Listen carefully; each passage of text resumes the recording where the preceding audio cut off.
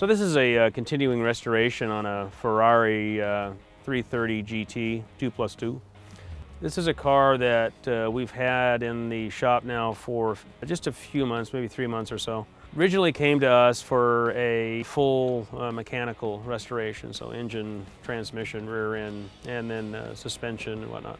In the process of getting all that out of there, we found some rust and rot down in the rocker areas and in the floor pans. Discussed it with the owner, and the conclusion was that it's this far apart, let's go ahead and just take it all the way down. And it's a car he loves.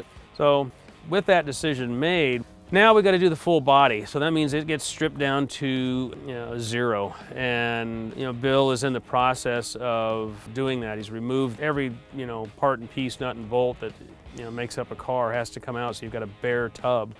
They're in the process of cutting the windscreen and rear glass out of the car.